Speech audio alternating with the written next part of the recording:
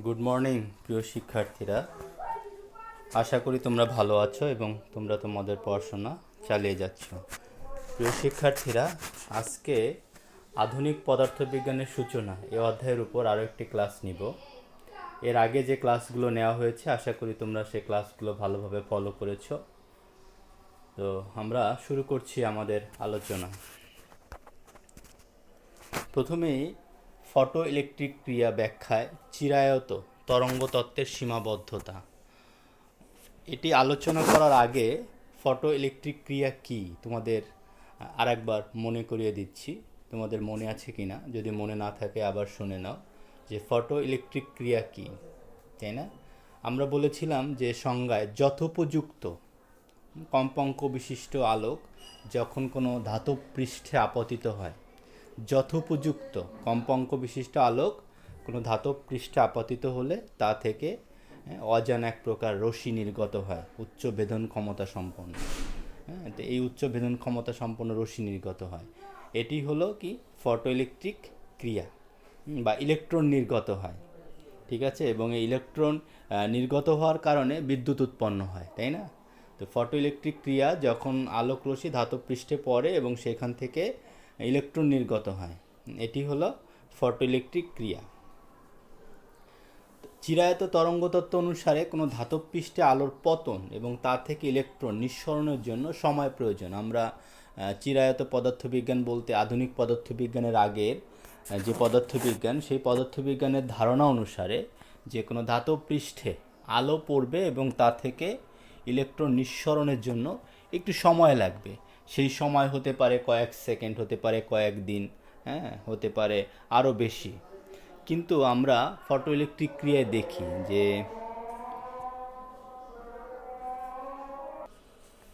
ধাতব পৃষ্ঠে ইলেকট্রন আপতিত হলো এবং তা থেকে ইলেকট্রন ধাতব পৃষ্ঠে আলোকরশ্মি আপতিত হলো এবং তা থেকে ইলেকট্রন নিঃসরণ, এর জন্য তেমন কোনো সময় অর্থাৎ কাল বিলম্ব নেই। কিন্তু চিরায়ত পদার্থবিজ্ঞান অনুসারে আমরা জানতে পারি যে সময়ের প্রয়োজন, আর আধুনিক পদার্থবিজ্ঞান অনুসারে এখানে কোনো সময় লাগে না বা কাল বিলম্ব নেই। কিন্তু এখানে বলা হয়েছে, দেখো যে ফটো ইলেকট্রিক ক্রিয়া একটি তাৎক্ষণিক ঘটনা, ধাতব পৃষ্ঠে আলো আপতিত হওয়া এবং তা থেকে ইলেকট্রন নিঃসরণের মধ্যে কোনো কাল বিলম্ব নেই। আলো পড়ামাত্রই ইলেকট্রন নির্গত হয়। সুতরাং ফটো ইলেকট্রিক ক্রিয়া চিরায়ত তরঙ্গ তত্ত্বের সাহায্যে ব্যাখ্যা করা যায় না। অর্থাৎ চিরায়ত তরঙ্গ তত্ত্ব যে কথা বলছে তার মাধ্যমে ফটো ইলেকট্রিক ক্রিয়া সঠিকভাবে ব্যাখ্যা করা যাচ্ছে না।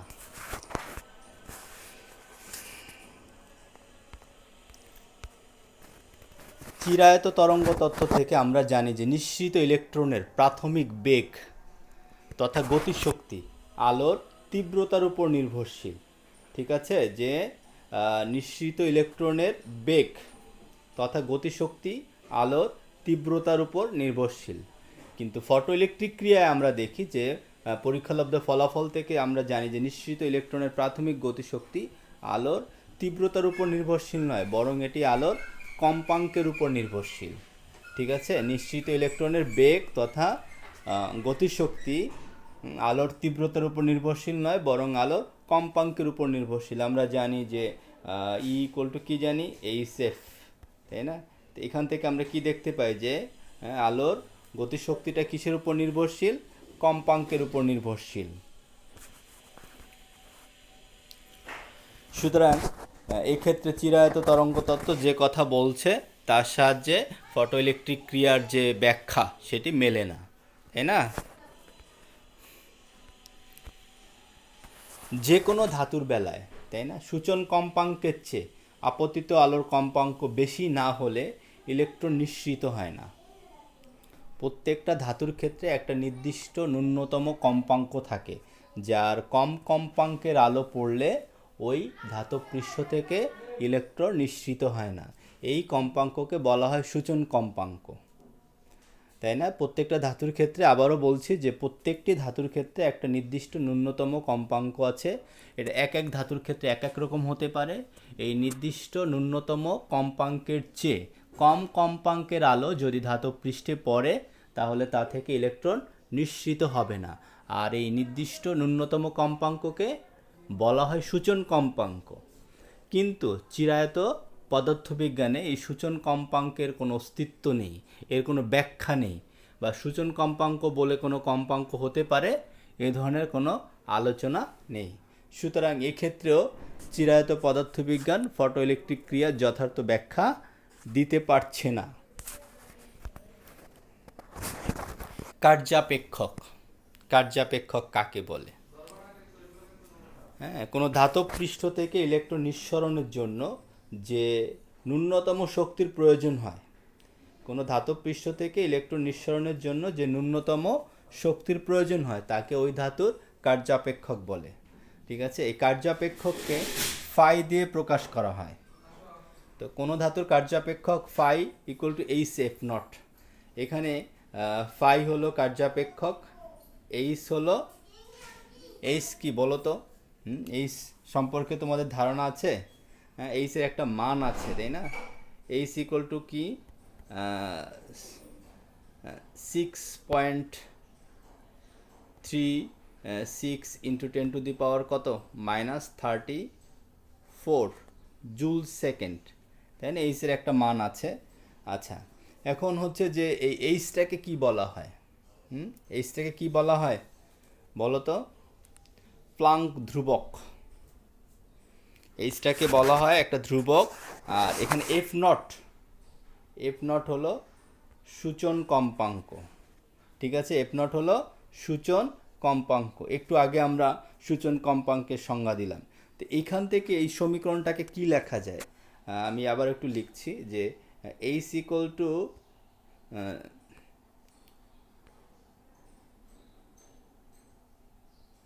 Phi equal to H F naught. আচ্ছা, সমান সমান এইচ এফ নটের পরিবর্তে কি লেখা যায়? C by lambda naught. এখানে সি হলো আলোর বেগ, হ্যাঁ, আর ল্যামডা নট হলো কি? তরঙ্গ দৈর্ঘ্য। ঠিক আছে, ল্যামডা নট হলো তরঙ্গ দৈর্ঘ্য।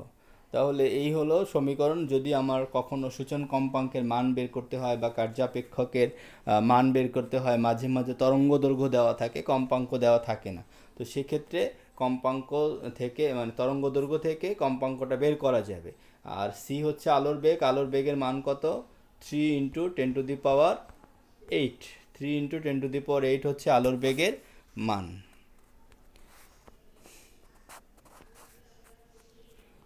আচ্ছা, তাহলে কার্যাপেক্ষক হলো ন্যূনতম যে শক্তির প্রয়োজন ইলেকট্রন নিঃসরণের জন্য।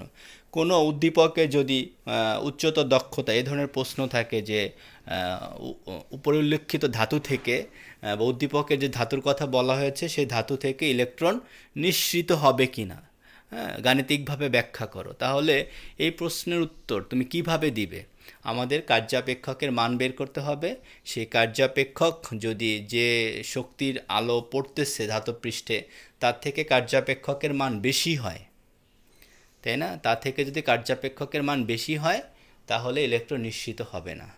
অর্থাৎ যে শক্তির আলো পড়তেছে শক্তির মানটা কার্যাপেক্ষক থেকে বেশি হতে হবে, তাহলে ইলেকট্রন নিঃসৃত হবে। আর কার্যাপেক্ষক যদি বেশি হয় তাহলে ইলেকট্রন নিঃসৃত হবে না।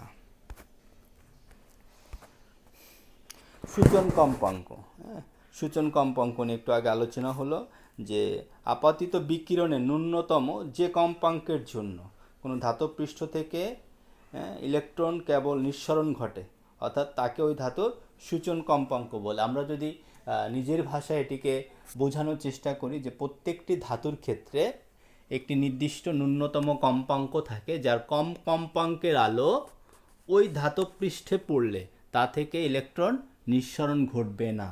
এই নির্দিষ্ট ন্যূনতম কম্পাঙ্ককে বলা হয় সূচন কম্পাঙ্ক। সেটা আয়রনের ক্ষেত্রে একরকম হতে পারে, তারপরে হচ্ছে সিলভারের ক্ষেত্রে একরকম হতে পারে, তামার ক্ষেত্রে একরকম হতে পারে। এক একটা ধাতু সূচন কম্পাঙ্কের মান এক এক রকম হতে পারে। আর সূচন কম্পাঙ্ককে এফ নট দ্বারা প্রকাশ করা হয়। ঠিক আছে, সূচন কম্পাঙ্ককে এফ নট দ্বারা প্রকাশ করা হয়। দা ব্রোগলি তরঙ্গ দৈর্ঘ্য। দা ব্রোগলি, হ্যাঁ, দা ব্রোগলি হলো বিখ্যাত একজন বিজ্ঞানী, লুইস দা ব্রোগলি। ঠিক আছে, এই লুইস দ্য ব্রোগলি নাম অনুসারে কিন্তু তরঙ্গ দৈর্ঘ্যের নামকরণ করা হয়েছে দ্য ব্রোগলি তরঙ্গ দৈর্ঘ্য। বুঝতে পারছো? তো যেহেতু বিকিরণের দ্বৈত প্রকৃতি রয়েছে, প্রথমে বিজ্ঞানী লুইস দ্য ব্রোগলি চিন্তা করলেন, কি চিন্তা করলেন, যে যেহেতু বিকিরণের দ্বৈত প্রকৃতি রয়েছে, ঠিক আছে, তিনি এই চিন্তা মাথায় নিয়ে বললেন যে না, বস্তুরও দ্বৈত প্রকৃতি থাকা সম্ভব।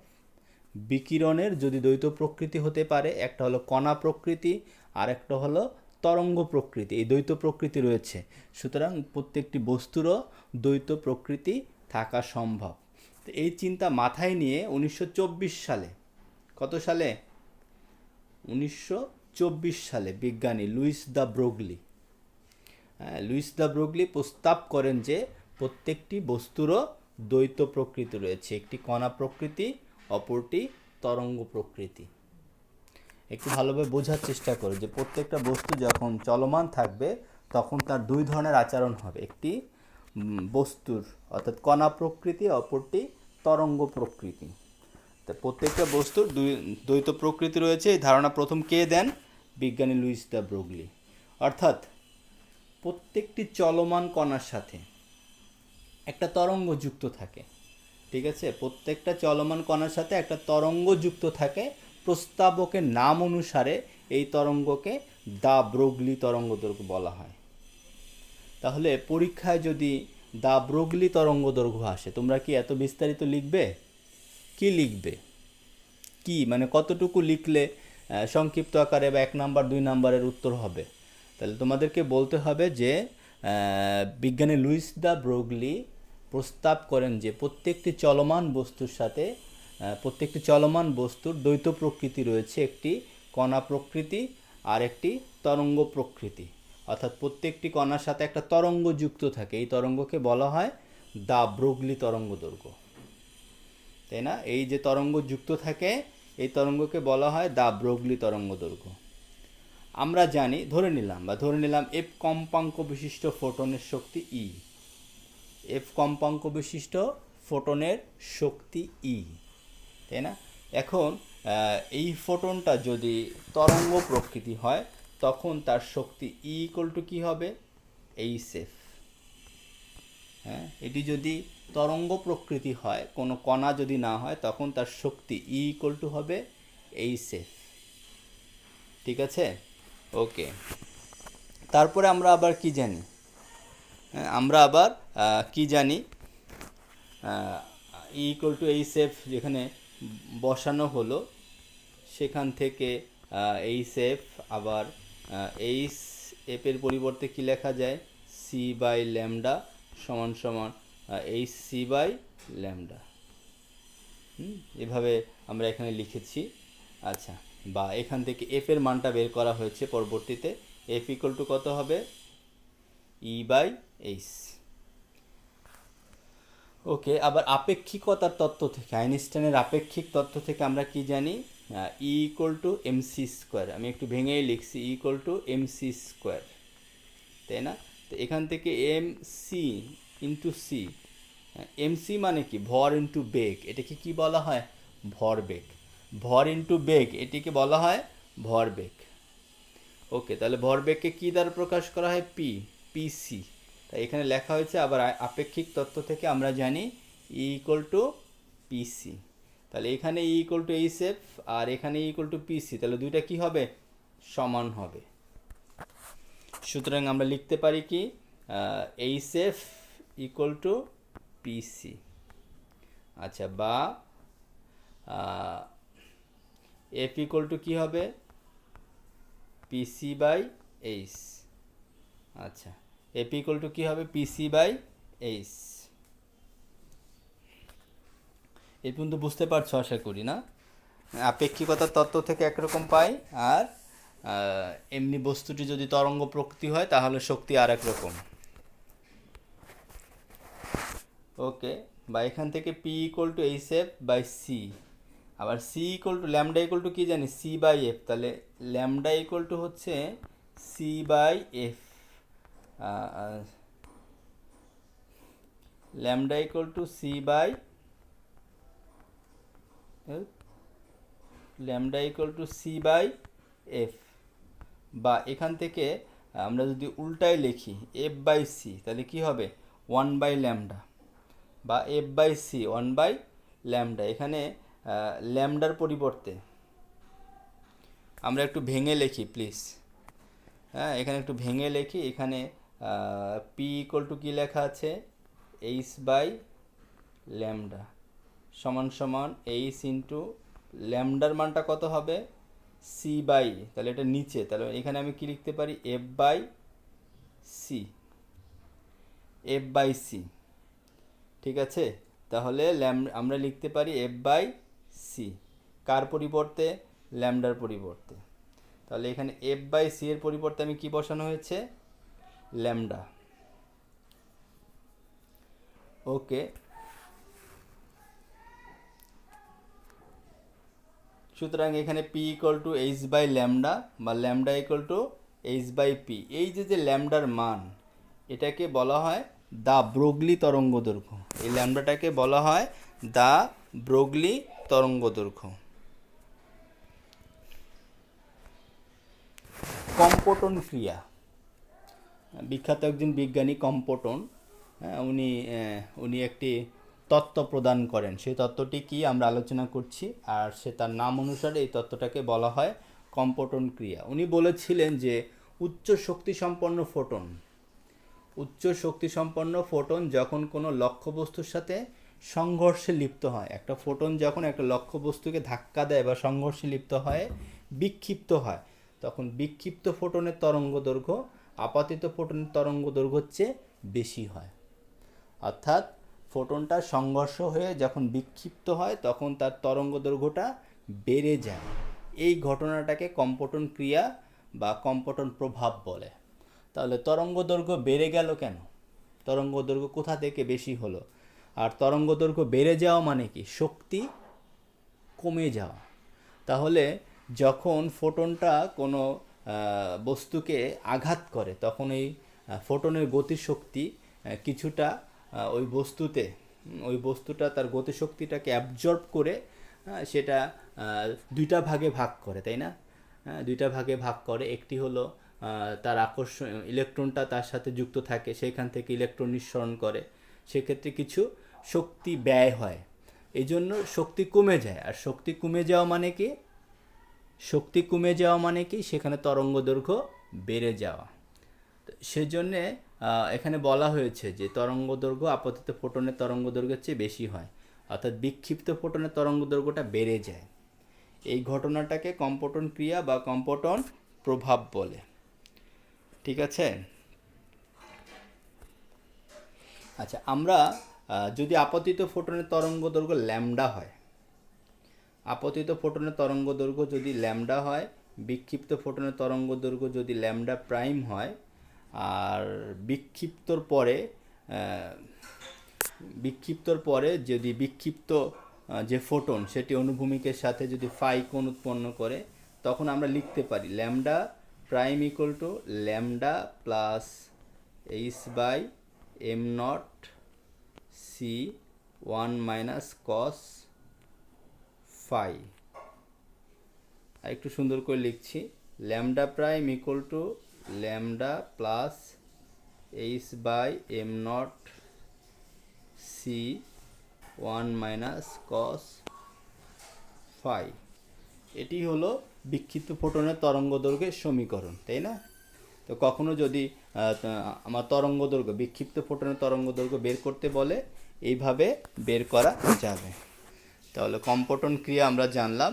কম্পটন ক্রিয়ায় মূলত আপতিত ফোটনের তরঙ্গ দৈর্ঘ্য ও বিক্ষিপ্ত ফোটনের তরঙ্গ দৈর্ঘ্যের মধ্যে একটি সম্পর্ক দেখিয়েছেন, এবং উনি দেখিয়েছেন যে বিজ্ঞানী কম্পটন যে বিক্ষিপ্ত ফোটনের তরঙ্গ দৈর্ঘ্যটা বেড়ে গেছে। আচ্ছা, প্রিয় শিক্ষার্থী বন্ধুরা, আমাদের আজকে আলোচনা এই পর্যন্তই থাকবে। পরবর্তীতে আবার নতুন কিছু নিয়ে তোমাদের সামনে হাজির হব। আজকে যে আলোচনা করা হলো এগুলো তোমরা বাসায় ভালোভাবে পড়বে। তোমাদের উপর অনেক বড় দায়িত্ব, তোমরা তোমাদের সে দায়িত্ব সুন্দরভাবে পালন করবে।